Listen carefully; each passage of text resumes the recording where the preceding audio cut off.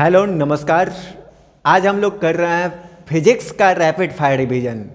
पहला क्वेश्चन आप देखिए, ध्यान दीजिए, है आपका कि प्रकाश का परावर्तन क्या है, इसके नियमों को लिखें। याद रखिएगा, प्रकाश किरणों का किसी सतह से टकराकर वापस लौटना, ये आपतित किरण आई और लौट के वापस चली गई, परावर्तित किरण बीच में है अभिलंब, तो ये आपका प्रकाश किरणों का किसी सतह से टकराकर वापस लौटना प्रकाश का परावर्तन कहलाता है। और प्रकाश के परावर्तन के दो नियम हैं। इसके बाद पहला नियम कहता है कि आपतित किरण, परावर्तित किरण तथा अभिलंब, आपतित किरण, परावर्तित किरण और अभिलंब तीनों एक ही तल पे है, तीनों एक ही तल पर है। और दूसरा कोण आई बराबर कोण आर, यानी यहाँ पे जो आपतन कोण बना है, यहाँ पे परावर्तन कोण जो बना है उसके बराबर होगा। चलिए दूसरा सवाल पे ध्यान दीजिए, यहाँ पे ध्यान दीजिएगा। अवतल दर्पण का उपयोग बताएं। इंपॉर्टेंट सवाल है, 2015 और 22 में पूछा हुआ है। पहला हजामती दर्पण के रूप में है, दूसरा सोलर कुकर में किया जाता है इसका इस्तेमाल, तीसरा रोगियों के नाक कान दांत को देखने में इसका इस्तेमाल किया जाता है। अगला सवाल आपके लिए है कि प्रकाश पुंज क्या है, इसके प्रकार बताएं। तो किरणों के समूह को प्रकाश पुंज कहते हैं। इसका प्रकार है, पहला अभिसारी किरण पुंज, दूसरा है अपसारी किरण पुंज, तीसरा समांतर किरण पुंज। अब आपसे ये कहा जाए कि अभिसारी किरण पुंज क्या होता है, तो जिस किरण पुंज में किरणों का समूह एक बिंदु पे आके मिलता है। अपसारी में क्या होता है, तो एक बिंदु से फैलती हुई प्रतीत होती है। समांतर में एक दूसरे के समांतर किरणें चलती है। अगला सवाल आपके लिए है कि वास्तविक और काल्पनिक प्रतिबिंब में क्या अंतर है। इंपॉर्टेंट सवाल है, याद रखिएगा, वास्तविक प्रतिबिंब वास्तविक कटान से बनता है, जबकि काल्पनिक प्रतिबिंब काल्पनिक कटान से बनता है। वास्तविक प्रतिबिंब हमेशा उल्टा बनता है, काल्पनिक प्रतिबिंब हमेशा सीधा बनता है। वास्तविक प्रतिबिंब पर्दे पर उतारा जा सकता है, पर्दे पर प्राप्त किया जा सकता है, काल्पनिक प्रतिबिंब को पर्दे पर प्राप्त नहीं किया जा सकता है। और वास्तविक प्रतिबिंब दर्पण के सामने बनता है, काल्पनिक प्रतिबिंब दर्पण के पीछे बनता है। अगला इंपॉर्टेंट सवाल देखिए, है आपका कि उत्तल दर्पण का उपयोग बताएं। ये आपका 2013 में पूछा था, याद रखिएगा, वाहन के साइड मिरर में, दूसरा आवर्धक कांच के रूप में, तीसरा दूरबीन में इसका इस्तेमाल किया जाता है। आवर्धन क्या है, 2017 में ये सवाल किया था, याद रखिएगा आवर्धन क्या होता है। तो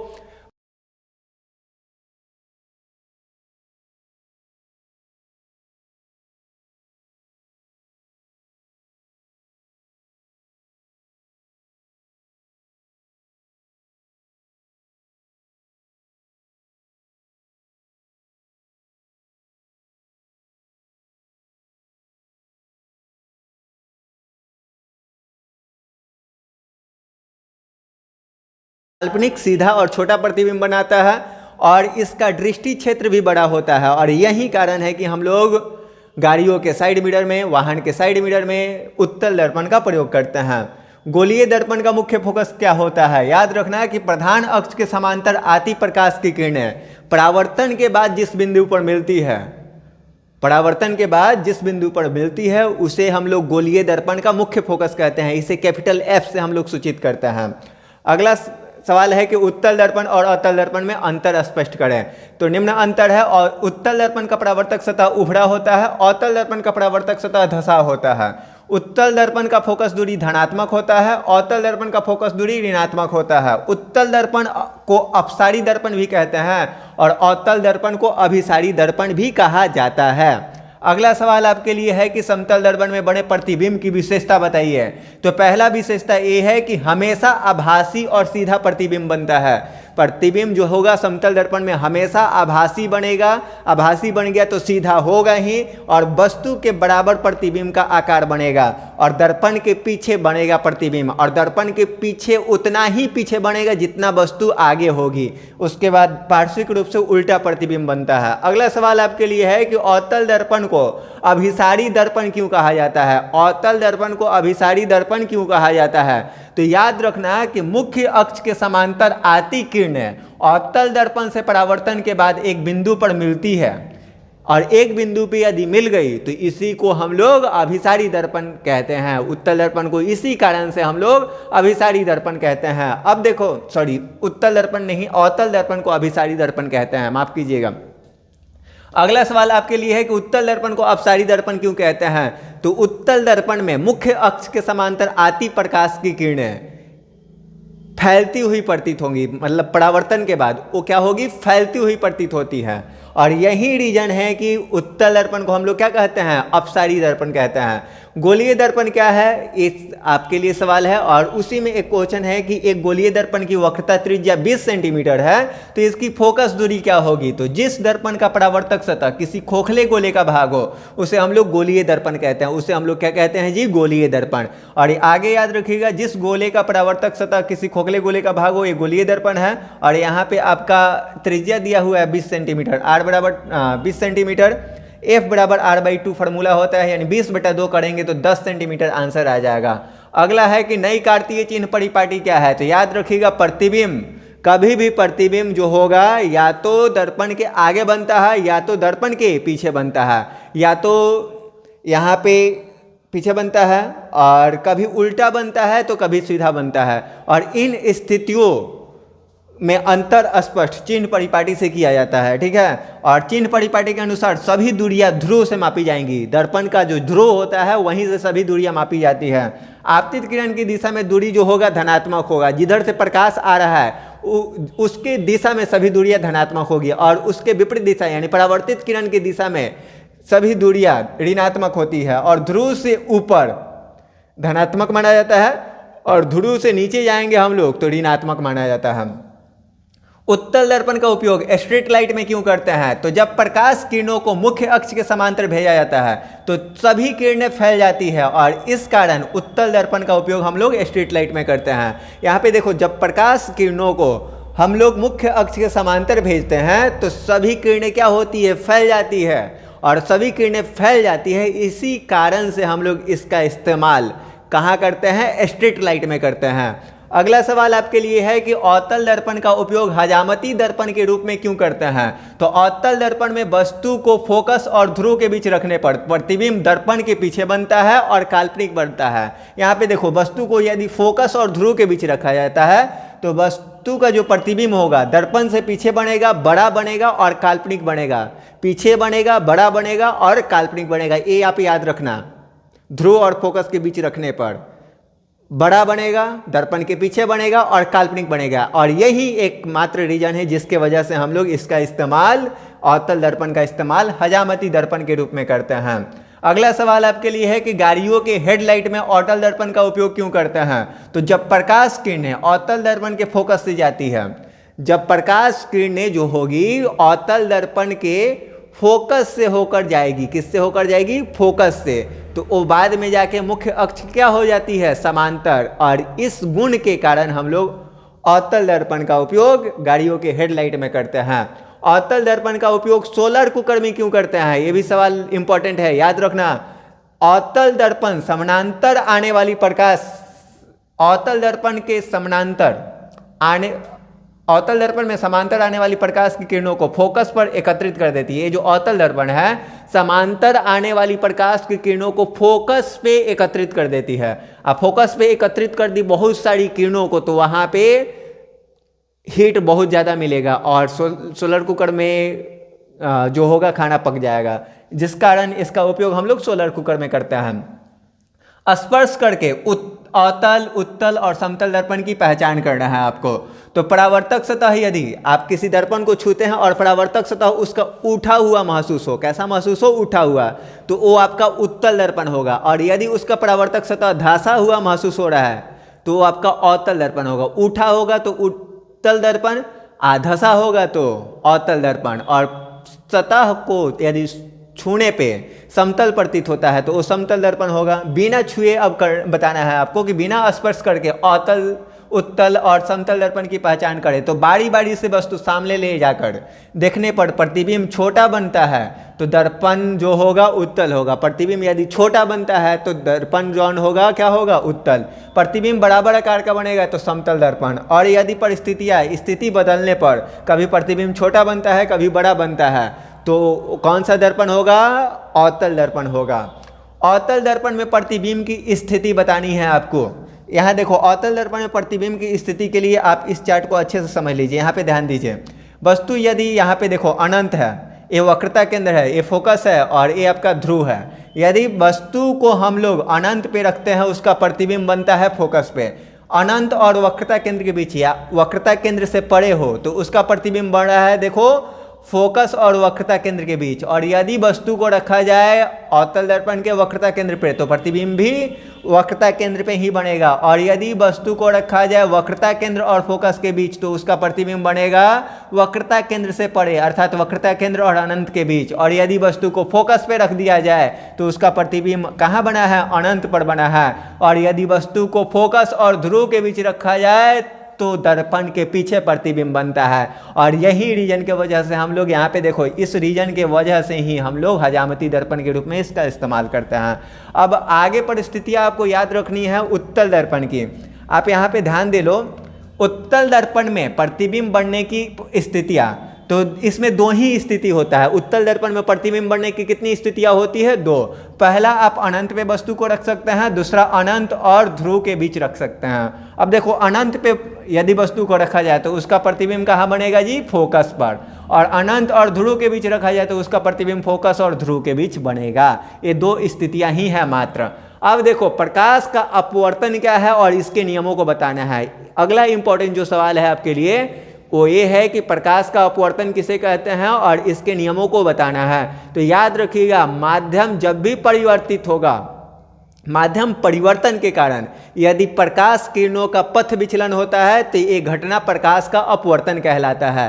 प्रकाश का अपवर्तन किसे कहेंगे जी? यदि माध्यम परिवर्तन होता है, एक माध्यम से दूसरे माध्यम में प्रकाश की किरणें जाती है तो अपने पथ से विचलित हो जाती है, और इसी घटना को प्रकाश का अपवर्तन कहा जाता है। प्रकाश के अपवर्तन के भी कितने नियम हैं? दो। अब देखो, यहाँ पे ऊपर अलग माध्यम है, नीचे अलग माध्यम है। यहाँ से ये जो किरण आ रही है इसको आपतित किरण कहेंगे, बाहर जो निकली है मुड़कर उसको हम लोग कहेंगे अपवर्तित किरण। ठीक है। अब देखो, याद रखना, पहला नियम इसका, अपवर्तन के दो नियम में पहला नियम आपका है कि आपतित किरण, अपवर्तित किरण और अभिलंब तीनों एक ही तल में हैं। और दूसरा नियम कहता है कि आपतन कोण की ज्या और अपवर्तन कोण की ज्या का अनुपात एक नियतांक होता है, अर्थात साइन आई बट्टा साइन आर बराबर एक नियतांक म्यू आ जाता है।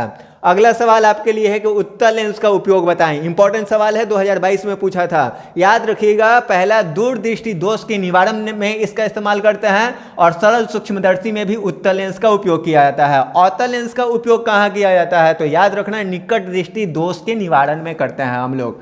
अपवर्तनांक का परिभाषा बताएं। और हीरे का अपवर्तनांक 2.42 होता है। इस बात का क्या तात्पर्य होता है ये भी आपको स्पष्ट करना है। तो याद रखना कि हीरे, यहाँ पे निर्वात में प्रकाश की चाल और माध्यम में प्रकाश की चाल का जो अनुपात होता है उसी को अपवर्तनांक कहते हैं। फिर से सुनो ध्यान से, निर्वात में प्रकाश की चाल और किसी माध्यम में प्रकाश की चाल का अनुपात अपवर्तनांक कहलाता है। और हीरे का अपवर्तनांक 2.42 है। इसका तात्पर्य यह है कि निर्वात में प्रकाश की चाल और हीरे में प्रकाश की चाल का अनुपात जो है वो 2.42 है। बेहद इजी है, इसको याद रखना। ठीक है। अगला सवाल आपके लिए है कि पानी में रखा सिक्का उठा हुआ प्रतीत होता है, क्यों? तो याद रखना, जब प्रकाश की किरण सघन माध्यम से विरल माध्यम में जाती है, जब प्रकाश की किरण सघन माध्यम से किधर जाएगी? विरल माध्यम में जाएगी। सघन माध्यम से किधर जाएगी? विरल माध्यम में। तो अभिलंब से दूर हो जाती है। अभिलंब से क्या हो जाती है? दूर। और जिस कारण सिक्का उठा हुआ प्रतीत होता है। सिक्का कैसा प्रतीत होता है? उठा हुआ प्रतीत होगा। अब पार्श्विक विस्थापन किसे कहेंगे? तो आपतित किरण और निर्गत किरण के बीच की लंबवत दूरी पार्श्विक विस्थापन कहलाती है। आपतित किरण और निर्गत किरण के बीच की दूरी को हम लोग क्या कहते हैं? पार्श्विक विस्थापन कहते हैं। अगला सवाल आपके लिए कि लेंस की क्षमता से आप क्या समझते हैं? इसका ऐसा ही मात्रक बताइए। तो किसी भी लेंस के फोकस दूरी के व्युत्क्रम को लेंस की क्षमता कहते हैं। और लेंस की क्षमता P बराबर फॉर्मूला होता है 1/f और इसका ऐसा ही मात्रक होता है डायोप्टर। और यदि आपसे पूछ लिया जाए कि एक डायोप्टर को परिभाषित करो, कैसे करोगे? तो याद रखना कि 1 मीटर फोकस दूरी वाले लेंस की क्षमता को ही हम लोग एक डायोप्टर कहते हैं। सरल सूक्ष्मदर्शी क्या है? किरण आरेख खींचकर बताना है आपको। तो याद रखिएगा, उत्तल लेंस के फोकस के अंदर किसी वस्तु को रखने पर सीधा और बड़ा प्रतिबिंब बनता है। इस उत्तल लेंस को ही हम लोग क्या कहेंगे? सरल सूक्ष्मदर्शी कहेंगे। और एक किरण आरेख है, ऐसा आप किरण आरेख बना लेंगे। अगला सवाल आपके लिए कि उत्तल लेंस को अभिसारी लेंस क्यों कहा जाता है? तो याद रखिएगा, मुख्य अक्ष के समांतर आने वाली आने वाली किरणों को उत्तल लेंस अपवर्तन के बाद एक बिंदु पर अभिसारित कर देता है। ये जो मुख्य अक्ष के समांतर जो भी किरणें आती है तो अपवर्तन के बाद उत्तल लेंस एक बिंदु पर फोकस पर अभिसारित करता है, और यही कारण है कि उत्तल लेंस को हम लोग अभिसारी दर्पण कहते हैं। देखो दर्पण में उल्टा हो जाता है, उत्तल लेंस को हम लोग उत्तल दर्पण को अपसारी दर्पण कहा जाता है, लेकिन लेंस में उत्तल दर्पण को अभिसारी लेंस कहा जाता है। ठीक है। अगला, अवतल लेंस को अपसारी लेंस कहते हैं, और क्यों कहते हैं उसका रीजन क्या है, तो मुख्य अक्ष के समांतर आने वाली किरणों को अवतल लेंस अपवर्तन के बाद एक बिंदु से अपसारित कर देता है, जिस कारण अपसारित यानी फैला देगा, अपसारित कर देगा, जिसके वजह से अवतल लेंस को हम लोग क्या कहते हैं, अपसारी लेंस कहते हैं। स्पर्श करके उत्तल लेंस, अवतल लेंस तथा कांच की वृत्ताकार प्लेट की पहचान करनी है। पहली बार स्पर्श करके, अब बिना स्पर्श करके भी बताते हैं। तो स्पर्श करके जब बताना हो तो उसका सतह उभरा हुआ हो तो उत्तल लेंस होगा, धसा हुआ हो तो वो क्या होगा, अवतल लेंस, समतल होगा तो वृत्ताकार कांच की प्लेट होगी। और बिना स्पर्श किए बताना हो तो बारी बारी से अंगुलियों को उस लेंस के सामने लेकर जाएंगे, और यदि अंगुली बड़ा दिखाई देता है, थोड़ा सा बड़ा साइज करके दिखाता है तो उत्तल लेंस होगा, यदि साइज छोटा कर देता है तो अवतल लेंस होगा, और सेम टू सेम बराबर रहता है तो वृत्ताकार कांच की प्लेट होगा वो। अगला सवाल आपके लिए है कि कांच के आयताकार सिल्ली से अपवर्तन का किरण आरेख खींचना है। तो एक कांच की सिल्ली बना देना है, और ये आपतित किरण, उसके बाद आपतित किरण, फिर यहाँ से अपवर्तित किरण ये निकल गई, और अपवर्तित किरण बाहर फिर निकली तो निर्गत किरण बन गई। और यहाँ पे देखो निर्गत किरण और ये पुरानी वाली आपतित किरण, ये दोनों के बीच का जो डिस्टेंस है ये पार्श्विक विस्थापन को शो कर रहा है। तो ऐसा आप फिगर बना लेंगे। ठीक है। अगला सवाल आपके लिए है, यहाँ पे ध्यान दीजिए कि किसी अंतरिक्ष यात्री को आकाश का रंग काला दिखाई देता है या दिखता है, क्यों? तो याद रखिएगा चंद्रमा पर वायुमंडल नहीं होता है, इसलिए चंद्रमा पर खड़े अंतरिक्ष यात्री को आकाश काला प्रतीत होता है। चंद्रमा पे वायुमंडल नहीं होता है, जिस कारण वहाँ पे प्रकीर्णन की घटना नहीं होती है। किसकी घटना नहीं हो पाती है? प्रकीर्णन की, जिस कारण अंतरिक्ष यात्री को आकाश कैसा दिखाई देता है? काला दिखाई देता है। नेत्र की समंजन क्षमता से आप क्या समझते हैं? अगला सवाल आपके लिए है, इंपॉर्टेंट सवाल है कि नेत्र की समंजन क्षमता से आप क्या समझते हैं? आंखों की ऐसी क्षमता जिससे नेत्र लेंस की फोकस दूरी अपने आप बदलती है, जिससे दूर और नज़दीक स्थित वस्तु को हम साफ साफ देख पाते हैं। आंखों की ऐसी क्षमता या नेत्र की ऐसी क्षमता जिससे वो अपनी फोकस दूरी खुद ब खुद बदल ले ताकि दूर और नज़दीक स्थित वस्तुओं को स्पष्ट देख सके। इसी क्षमता को हम लोग नेत्र की समंजन क्षमता कहते हैं। अगला सवाल आपके लिए है कि प्रकाश वर्णपट क्या है? याद रखना, प्रकाश का वर्ण विक्षेपण के पश्चात 7 रंगों की जो पट्टियाँ प्राप्त होती है उसे हम लोग वर्णपट या स्पेक्ट्रम कहते हैं। स्पेक्ट्रम आपका कहा जाता है। यहाँ पे देख लो, ये आपका मान लो प्रिज्म हो गया, और इधर से श्वेत प्रकाश तुम लगाए, और इधर से 7 गो रंग का जो ये 7 रंगों में जो विभाजित होता है, 2 2 4 2 6 1 7, इसको एक पर्दे पे यदि प्राप्त कर लेते हो तो ये जो बना पर्दा, इसको हम लोग वर्णपट नाम देते हैं। क्या नाम देते हैं? वर्णपट। क्लियर हो गया। अगला सवाल आपके लिए, यहाँ पे ध्यान दो, अगला सवाल आपके लिए है कि दृष्टि दोष क्या है, यह कितने प्रकार के होते हैं? देख लो कितनी बार पूछा है ये क्वेश्चन, इंपॉर्टेंट नहीं महा इंपॉर्टेंट सवाल है। 11 15 16 21 22 और अब की ये 26 इंटर में चूंकि ये पूछ चुका है क्वेश्चन फिजिक्स में। याद रखना, समान मानव नेत्र जब अपनी समंजन क्षमता को खो देता है तो वह निकट या दूर की वस्तु का प्रतिबिंब रेटिना पर नाप बनाकर आगे पीछे बनाता है। नेत्र के इस दोष को हम लोग क्या कहते हैं? दृष्टि दोष। या मेरी भाषा में एकदम आसान लैंग्वेज में ऐसे याद रखना कि यदि मानव नेत्र का रेटिना वस्तु का प्रतिबिंब नहीं बना पाता है, स्पष्ट नहीं बना पाता है, तो उस नेत्र में दृष्टि दोष होती है। और दृष्टि दोष के मुख्यतः प्रकार यहाँ पे जो है 4 है। पहला है निकट दृष्टि दोष, दूसरा है दूर दृष्टि दोष, उसके बाद याद रखिएगा जरा दृष्टि दोष, उसके बाद अबिंदुकता। अगला सवाल आपके लिए है, अगला सवाल आपके लिए है कि निकट दृष्टि दोष क्या है? इस दोष को दूर करने के चश्मे में किस प्रकार के लेंस का उपयोग होता है?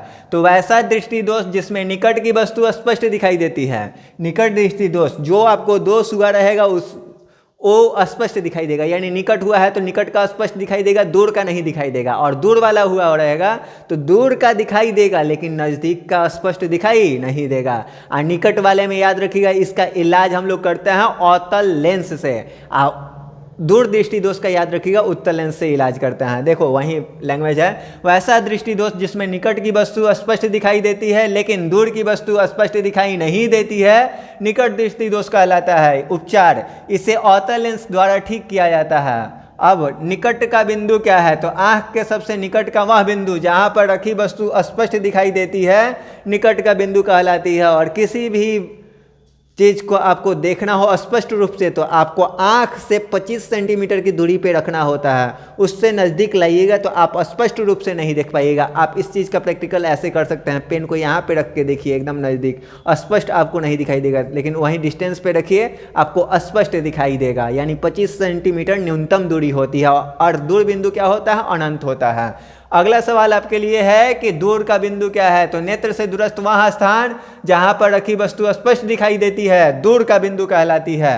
स्पष्ट दृष्टि की न्यूनतम दूरी क्या है, तो वह न्यूनतम दूरी जहां रखी वस्तुओं को समान नेत्र द्वारा आसानी से देखा जा सकता है स्पष्ट दृष्टि की न्यूनतम दूरी कहलाती है। और यह सामान्यतः कितनी होती है, 25 सेंटीमीटर होती है। ये बात अभी हम बता दिए हैं आपको। चलिए अगला सवाल पे ध्यान दीजिए। अगला सवाल आपके लिए है कि रेलवे का जो सिग्नल होता है आप देखते होंगे वहाँ पे लाल रंग का इस्तेमाल क्यों किया जाता है। रेलवे का सिग्नल लाल रंग का क्यों होता है, तो रेलवे के प्रकाश के प्रकीर्णन के अनुसार लाल रंग का तरंग दैर्घ्य सबसे ज़्यादा होने के कारण इसका प्रकीर्णन भी सबसे कम होता है। और कुहासा बादलों के दिनों में ज़्यादा दूर से ही लाल रंग स्पष्ट दिखाई देता है, इसलिए खतरे का संकेत लाल रंग का होता है। आप ऐसे समझिए कि जिसका तरंग दैर्घ्य कम होगा वो फैलेगा ज़्यादा और जिसका तरंग दैर्घ्य ज़्यादा होगा वो फैलेगा कम। तो लाल रंग का तरंग दैर्घ्य सबसे ज़्यादा होता है जिसके कारण ये फैलता नहीं है, और नहीं फैलेगा तो ये दूर से ही दिखाई दे देता है, जिसके कारण खतरे का चिन्ह बोला जाए, रेलवे सिग्नल बोला जाए, डेंजर जोन बोला जाए, सबके लिए इस्तेमाल हम लोग किसका करते हैं, लाल रंग का इस्तेमाल करते हैं। अगला सवाल आपके लिए कि टिंडल प्रभाव क्या है, तो किसी कोलाइडी बिलियन में निलंबित कणों से प्रकाश के प्रकीर्णन को, किसी कोलाइडी बिलियन में निलंबित कणों से प्रकाश का प्रकीर्णन, फिर से मेरे साथ रिपीट आप कर लीजिए, किसी कोलाइडी बिलियन में निलंबित कणों से प्रकाश का प्रकीर्णन क्या कहलाता है आपका, तो टिंडल प्रभाव कहलाता है। सूर्योदय के समय सूर्य रक्ताभ क्यों प्रतीत होता है, या सूर्योदय एवं सूर्यास्त के समय सूर्य लाल क्यों दिखाई देता है, तो सूर्य उदय के समय सूर्य क्षितिज के पास होता है जहां से आने वाले प्रकाश को वायुमंडल की मोटी परतों से गुजरना पड़ता है तथा अधिक दूरी तय करनी पड़ती है। नीले तथा कम तरंगदैर्घ्य के प्रकाश का अधिकांश भाग कणों द्वारा प्रकीर्णित हो जाता है और सिर्फ अधिक तरंगदैर्घ्य वाले प्रकाश जैसे लाल रंग ही हम तक पहुंच पाता है। अतः सूर्य जो है रक्ताभ प्रतीत होता है सूर्योदय और सूर्यास्त के समय। अगला सवाल आपके लिए है कि स्वच्छ आकाश का रंग नीला रंग का दिखाई देता है क्यों, तो जिस रंग का तरंगदैर्घ्य जितना ज़्यादा होता है उसका प्रकीर्णन उतना ही कम होता है तथा जिस रंग का तरंगदैर्घ्य कम होगा उसका प्रकीर्णन अधिक होगा, इसलिए बैंगनी एवं नीले रंग के प्रकाश का प्रकीर्णन ज़्यादा होता है और हमारी आँख बैंगनी की अपेक्षा नीला रंग ज़्यादा देखता है, इसलिए आकाश का रंग कैसा हम लोगों को दिखाई देता है, नीला दिखाई देता है। रीजन तो आपको समझ में आ गया होगा, एग्जाम में आए एकदम फाड़ के बनाया गया ना। तारे क्यों टिमटिमाते हैं, इंपॉर्टेंट सवाल है, याद रखिएगा। जब हम तारों को देखते हैं तो उनकी चमक घटती बढ़ती प्रतीत होती है और तब हम कहते हैं कि तारे टिमटिमा रहे हैं। तारों की चमक में यह घट बढ़ वायुमंडल की असमानता के कारण होती है। पृथ्वी का वायुमंडल शांत कभी नहीं होता, गर्म तथा ठंडी हवाओं की धाराएं हमेशा बहती रहती है। ठंडी हवा की अपेक्षा गर्म हवा का घनत्व और अपवर्तनांक कम होता है, इसलिए तारों से प्रेक्षक तक पहुंचने वाली किरणें वायुमंडल के अपवर्तन में होकर जाती है और हमें तारे टिमटिमाते प्रतीत होते हैं। इतना लैंग्वेज भी लिख सकते हो। और एक आसान सा बात तुमको बता देते हैं कि वायुमंडल, ये जो लैंग्वेज है इसको भी लिख सकते हो, ये भी सही है। वायुमंडल जो है कई परतों से मिलकर बना हुआ है, 5 परतें, वायुमंडल की 5 परतें हैं और सबका घनत्व अलग अलग है, अपवर्तनांक अलग अलग है। और जैसे ही वहाँ से तारों से प्रकाश निकलकर पृथ्वी तक पहुँचती है प्रेक्षक के आँख तक, तो वो कई बार अपवर्तित होती है, कई बार उस प्रकाश की किरणों का अपवर्तन होता है। कभी मान लो अभिलंब से दूर हटा, कभी अभिलंब की ओर मुड़ गया, फिर कभी अभिलंब से दूर हटा, कभी अभिलंब से मुड़ गया, तो ये प्रकाश इधर उधर केवल हो रहा है। तारे इसी वजह से, इसी अपवर्तन की घटना के वजह से क्या होते हैं, टिमटिमाते हुए प्रतीत होते हैं। दृष्टि निबांध क्या है, दृष्टि निबंध नहीं, दृष्टि निर्बांध होता है, ये आप यहाँ पे समझ लो। दृष्टि निर्बांध, तो किसी भी वस्तु को हम लोग देखते हैं, यहाँ पे दृष्टि निर्बांध आप याद रखिएगा। किसी भी वस्तु को हम लोग देखते हैं तो उसका प्रतिबिंब हमारी नेत्र पर 1/10 सेकंड तक बनी रहती है, और ये जो घटना है इसी को हम लोग दृष्टि निर्बांध कहते हैं। इसी घटना को हम लोग क्या कहते हैं, दृष्टि निर्बांध। तारे और ग्रहों में अंतर स्पष्ट करें तो तारे आकाश में प्रकाश के बिंदु स्रोत जैसा दिखाई देते हैं, ग्रह ढेर सारे बिंदुओं का स्रोत है। तारे पृथ्वी से काफ़ी दूर है, ग्रह पृथ्वी के समीप है। उसके बाद तारे आकाश में टिमटिमाते नजर आते हैं, लेकिन ग्रह टिमटिमाते नजर नहीं आते हैं। ये अंतर आप याद रखिएगा। अगला, तारे टिमटिमाते हैं परंतु चंद्रमा तथा ग्रह नहीं टिमटिमाते हैं, क्यों? तो हम जानते हैं कि तारों की तुलना में चंद्रमा तथा ग्रह पृथ्वी के बहुत निकट है, फलस्वरूप तारों को प्रकाश का लगभग बिंदु स्रोत समझा जा सकता है, जबकि चंद्रमा या ग्रह फैला हुआ अर्थात विस्तृत पिंड जैसा होता है, इसलिए चंद्रमा या ग्रह से आती किरणों में वायुमंडलीय घटवट के कारण थोड़ा विचलन मालूम नहीं पड़ता है। सीधा सा मतलब कि तारे बहुत दूर है जिनका वायुमंडलीय अपवर्तन स्पष्ट रूप से दिखाई देता है, जिस कारण वो टिमटिमाते हैं, और उसके अपेक्षा ग्रह जो है हम लोगों से काफ़ी नज़दीक है, जिस कारण इनकी अपवर्तन की घटना को हम लोग ऑब्जर्व नहीं कर पाते हैं। अगला सवाल आपके लिए है कि बादलों का रंग सफ़ेद होता है, क्यों? तो बादलों का निर्माण सूक्ष्म कणों से होता है। बादल का निर्माण किससे होता है जी? सूक्ष्म कणों से। ये सूक्ष्म कण अलग अलग आकार के होते हैं, जिसके कारण प्रकीर्णन का औसत लगभग एक समान हो जाता है। यही कारण है कि बादलों का रंग कैसा दिखाई देता है? सफ़ेद दिखाई देता है। वर्धानता क्या है? कलर ब्लाइंडनेस क्या है? तो वर्धानता जिसको भी हो जाता है ना, वो लाल और हरा रंग में अंतर नहीं कर पाता है। वर्धानता में यही होता है, ठीक है। अब चलो यहाँ पे देखो, अगला सवाल है कि वायुमंडलीय अपवर्तन क्या है? तो वायुमंडल के द्वारा घटित होने वाली अपवर्तन की घटना वायुमंडलीय अपवर्तन कहलाती है। जैसे मैं तारों का टिमटिमाना, इसका एग्जाम्पल हो जाएगा। कोलाइड किसे कहते हैं? तो किसी माध्यम में छोटे छोटे कणों के निलंबन को कोलाइड कहा जाता है। दूध एक कोलाइड है जिसमें छोटे छोटे वसा के कण जल में निलंबित है। प्रकाश का वर्ण विक्षेपण क्या है? तो आप याद रखिएगा, श्वेत प्रकाश जब प्रिज्म से होकर गुजरती है तो वो अपने 7 अव्ययी रंगों में बढ़ जाती है, और इस घटना को हम लोग प्रकाश का वर्ण विक्षेपण कहते हैं। बैजानी पिनाला अपरटे होंगे। चलिए अगला सवाल है आपके लिए कि स्पेक्ट्रम या वर्णपट क्या है, यहाँ कितने प्रकार के होते हैं? तो वर्ण विक्षेपण के बाद जो 7 रंग की पट्टियाँ प्राप्त होती है या 7 रंग जो मिलते हैं उसको एक पर्दे पे उतार लिया जाता है, तो उसको वर्णपट कहते हैं। और ये 2 प्रकार के होते हैं, शुद्ध और अशुद्ध। शुद्ध वर्णपट किसे कहेंगे? तो वैसा वर्णपट जिस पर सभी रंग स्पष्ट दिखाई देते हैं उसे शुद्ध वर्णपट कहेंगे, और वैसा वर्णपट जिस पर सभी रंग स्पष्ट नहीं दिखाई देते हो उसे अशुद्ध वर्णपट कहेंगे हम लोग। कांच के एक प्रिज्म से गुजरते हुए श्वेत प्रकाश के वर्ण विक्षेपण की व्याख्या करें। तो श्वेत प्रकाश की किरण को जब प्रिज्म से गुजारा जाता है तो वह अपने 7 अव्ययी रंगों में विभक्त हो जाती है, और इस घटना को ही हम लोग प्रकाश का वर्ण विक्षेपण कहते हैं। अगला सवाल आपके लिए है कि इंद्रधनुष से आप क्या समझते हैं, अथवा इंद्रधनुष की व्याख्या करें। तो वर्षा होने के बाद सूर्य चमकता है तो हमें आकाश में कभी कभी अर्धवृत्ताकार रंगीन पट्टी दिखाई देती है, और ये अर्धवृत्ताकार जो रंगीन पट्टी होती है वही इंद्रधनुष कहलाती है। वर्षा की बूंदें प्रिज्म सा व्यवहार करती है, अतः सूर्य के श्वेत प्रकाश को उसके 7 रंगों में विभक्त कर देती है और हमें इंद्रधनुष दिखाई देता है। कभी कभी वर्षा होने के बाद हम लोग देखते हैं सूर्य की तरफ पीठ करके, तो हम लोगों को अर्धवृत्ताकार जो है रंगीन पट्टियाँ दिखाई देती है, वही इंद्रधनुष होता है। और जो बारिश की बूंदें होती है प्रिज्म की भांति व्यवहार करती है और श्वेत प्रकाश को बिखेर देती है 7 रंगों में, जिसके वजह से इंद्रधनुष बनता है। विद्युत धारा क्या है, इसका समीकरण हम मात्रक लिखें।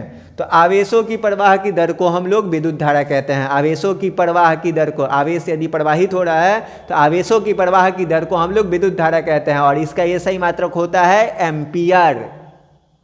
विद्युत धारा का ऐसे मात्रक क्या होता है? एम्पियर। आवेश का ऐसे मात्रक क्या होता है? कूलॉम। प्रतिरोध का ऐसे मात्रक क्या होता है? तो ओम। विभव का ऐसे मात्रक क्या होता है? वोल्ट। विभवांतर का ऐसे मात्रक क्या होता है? वोल्ट। जो भी जितना भी ऐसे ही मात्रक बताया ये ऑब्जेक्टिव के लिए भी है, इसको आप याद जरूर रखेंगे, ठीक है। अगला सवाल आपके लिए है कि विद्युत धारा की प्रबलता की परिभाषा दे। तो किसी चालक के किसी अनुप्रस्थ काट को पार करने वाली विद्युत धारा की प्रबलता उस अनुप्रस्थ काट से होकर प्रति सेकंड प्रवाहित होने वाली आवेश है। किसी विद्युत धारा की प्रबलता जो होती है किसी चालक के अनुप्रस्थ काट से होकर प्रति सेकंड प्रवाहित होने वाली आवेश की मात्रा होती है। विद्युत आवेश क्या है? विद्युत आवेश कितने प्रकार के होते हैं? तो आप याद रखना, जिसकी उपस्थिति में एक वस्तु दूसरी वस्तु पर बल अनुभव करती है उसे हम लोग आवेश कहते हैं, या किसी वस्तु का वह गुण आवेश है जिसकी वजह से चुंबकीय और विद्युतीय क्षेत्र उत्पन्न किया जा सकता है। आवेश मुख्यतः होते हैं दो प्रकार के। आवेश कितने प्रकार के होते हैं जी? दो प्रकार के। पहला धनात्मक आवेश और दूसरा ऋणात्मक आवेश। धनात्मक आवेश कैसे आता है? तो कोई वस्तु इलेक्ट्रॉन का त्याग करता है तो उस पर धन आवेश आते हैं, और यदि कोई वस्तु इलेक्ट्रॉन को ग्रहण करता है तो उस पर ऋण आवेश आते हैं। क्या आते हैं? ऋण आवेश आते हैं। अगला सवाल है कि विद्युत विभव से आप क्या समझते हैं, इसका ऐसे ही मात्रक बताएं। तो एकांक धनावेश को अनंत से, कहाँ से जी? अनंत से विद्युत क्षेत्र के किसी एक बिंदु तक लाने में किया गया जो कार्य होगा उसे विद्युत विभव कहते हैं। और विद्युत विभव का संकेत भी और इसका ऐसे ही मात्रक वोल्ट होता है। और दो विभव के बीच के अंतर को विभवांतर कहते हैं। दो विभव के बीच के अंतर को हम लोग क्या नाम देते हैं? विभवांतर। 1 एम्पीयर की परिभाषा दें। 1 एम्पीयर का परिभाषा देने का मतलब ये हुआ कि यदि किसी चालक से 1 सेकेंड में 1 कूलम आवेश प्रवाहित होता है तो चालक से 1 एम्पीयर की धारा प्रवाहित होती है। 1 सेकेंड में कितना कूलम? 1 कूलम आवेश प्रवाहित होना चाहिए। विभवांतर किसे कहते हैं? तो दो विभव बिंदुओं के बीच के अंतर को हम लोग क्या कहते हैं? विभवांतर। 1 वोल्ट से आप क्या समझते हैं? तो याद रखिएगा, 1 वोल्ट किसे कहेंगे? तो यदि एकांक धनावेश को अनंत से किसी एक बिंदु तक लाने के लिए 1 जूल कार्य किया जाए। कितना जूल कार्य किया जाए? 1 जूल। 1 कूलम आवेश को या एकांक धनावेश को 1 कूलम आवेश को अनंत से किसी बिंदु तक लाने में यदि कार्य कितना किया जाए? 1 कूलम का, तो वहाँ पे विद्युत विभव कितना होगा? 1 वोल्ट होगा। अगला सवाल आपके लिए है कि 1 एम्पीयर से आप क्या समझते हैं? तो अभी तो बोले हैं 1 कूलम आवेश को हम लोग क्या करें? 1 कूलम आवेश यदि 1 सेकेंड में प्रवाहित हो रहा है किसी चालक से तो वहाँ पे धारा कितना प्रवाहित हुआ? 1 एम्पीयर। अगला सवाल एमीटर या आमीटर से आप क्या समझते हैं? तो जिस यंत्र द्वारा किसी विद्युत परिपथ की धारा मापी जाती है उसे एमीटर कहते हैं। और ये हमेशा किस क्रम में जोड़ा जाता है? तो श्रेणी क्रम में जोड़ा जाता है। एमीटर को हमेशा किस क्रम में जोड़ेंगे? श्रेणी क्रम में। वोल्ट मीटर या वोल्टामीटर से आप क्या समझते हैं? तो जिस यंत्र द्वारा किसी विद्युत परिपथ में किन्हीं दो बिंदुओं के बीच विभवांतर मापा जाता है तो उसे वोल्ट मीटर कहा जाता है। क्या कहा जाता है? Volt meter. और वोल्ट मीटर को विद्युत परिपथ में पार्श्व या समांतर क्रम में जोड़ा जाता है। पार्श्व या किस क्रम में जोड़ा जाएगा? समांतर क्रम में जोड़ा जाएगा। अगला सवाल प्रतिरोध क्या है? तो प्रतिरोध आप ऐसे याद रखिएगा कि विद्युत धारा का विरोध करने वाला जो होगा वो प्रतिरोध होगा। किसी चालक में विद्युत धारा का विरोध करने वाला प्रतिरोध कहलाता है। समझ गए? यहाँ पे देखिए, वह गुण जो पदार्थ से प्रवाहित होने वाली विद्युत धारा का विरोध करता है प्रतिरोध कहलाता है। इसका संकेत आर होता है और ऐसा ही मात्रक होता है ओम। और ओम का चिन्ह देख लो यहाँ पे, ये ओम का चिन्ह हो गया। ठीक है, अब आगे देखो, याद रखना अगला सवाल कि 1 ओम किसे कहेंगे? तो यदि किसी चालक के दोनों सिरों का विभवांतर 1 वोल्ट हो, यदि किसी चालक के दोनों सिरा का विभवांतर 1 वोल्ट हो, कितना वोल्ट हो? 1 वोल्ट। ये दोनों सिरा के बीच का विभवांतर 1 वोल्ट हो और प्रवाहित धारा का मान 1 एम्पीयर हो, तो चालक का प्रतिरोध जो होगा कितना ओम होगा? तो 1 ओम होगा। कितना ओम होगा? 1 ओम। विशिष्ट प्रतिरोध या प्रतिरोधकता क्या है? तो चालक पदार्थ के एकांक क्षेत्रफल और एकांक लंबाई में जो प्रतिरोध होता है उसे प्रतिरोधकता कहते हैं। ओम के नियम में ताप को अचर क्यों रखा जाता है? तो ताप के बदलने से प्रतिरोध का मान भी क्या हो जाता है? बदल जाता है, जिससे धारा का सही मान नहीं प्राप्त होता है, अर्थात एक साथ कई मान बदल जाते हैं। इसलिए ओम के नियम में ताप को अचर रखा जाता है, स्थिर रखा जाता है। विद्युतीय शक्ति से आप क्या समझते हैं? तो किसी विद्युत परिपथ में ऊर्जा के क्षय होने की दर को विद्युतीय शक्ति कहते हैं और इसे पी से सूचित किया जाता है। इसका ऐसा ही मात्रक वाट होता है। अगला सवाल आपके लिए कि उस युक्ति का नाम लिखे जो किसी चालक के सिरों पर विभवांतर बनाए रखने में सहायता करती है। तो किसी चालक के सिरों पर विभवांतर बनाए रखने में सेल अपनी संचित रासायनिक ऊर्जा नियमित रूप से खर्च करता है, जिससे विद्युत धारा निश्चित रहती है और चालकों के सिरों के बीच विभवांतर बना रहता है। यह परिवर्ती प्रतिरोध द्वारा संपन्न होता है। ए मीटर और वोल्ट मीटर को विद्युत परिपथ में क्रमशः श्रेणी क्रम और पार्श्व क्रम में क्यों जोड़ा जाता है? यहाँ पे दो गो सवाल बन जाएगा कि ए मीटर को समांतर क्रम या पार्श्व क्रम में क्यों जोड़ा जाता है, और ये आपका ए मीटर को श्रेणी क्रम में क्यों जोड़ा जाता है, वोल्ट मीटर को पार्श्व क्रम में क्यों जोड़ा जाता है। तो ए मीटर का प्रतिरोध जो होता है बहुत कम होता है। ए मीटर का प्रतिरोध जो होता है क्या होता है? बहुत कम। परिपथ में ए मीटर विद्युत धारा मापता है, इसलिए श्रेणी क्रम में जोड़ा जाता है। जबकि वोल्ट मीटर का प्रतिरोध बहुत अधिक होता है। परिपथ में वोल्ट मीटर विभवांतर मापता है, इस कारण इसे समांतर क्रम में जोड़ा जाता है या पार्श्व क्रम में। ओम के नियम को लिखें तो अचर ताप पर किसी चालक से प्रवाहित होने वाली विद्युत धारा चालक के सिरों के बीच के विभवांतर के समानुपाती होती है, अर्थात भी समानुपाती आई। यहाँ पे देखो विभवांतर जो है धारा के समानुपाती है। यहाँ पे एक नियतांक होगा, बराबर का चिन्ह आएगा तो एक नियतांक आएगा आर। आर जो है क्या है? प्रतिरोध। आर ही क्या है? प्रतिरोध है।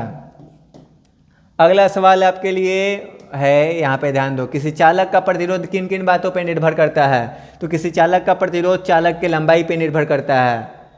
किसी चालक का प्रतिरोध पहला किस पे निर्भर करेगा? चालक की लंबाई पर। दूसरा, चालक तार के अनुप्रस्थ काट के क्षेत्रफल पर। उसके बाद चालक तार के प्रकृति पर और चालक के ताप पर।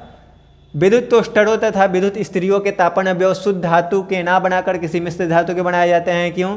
तो शुद्ध धातुओं के प्रतिरोधकता और गलनांक मिश्र धातुओं के प्रतिरोधकता और गलनांक की तुलना में काफ़ी कम होता है, बहुत कम होता है।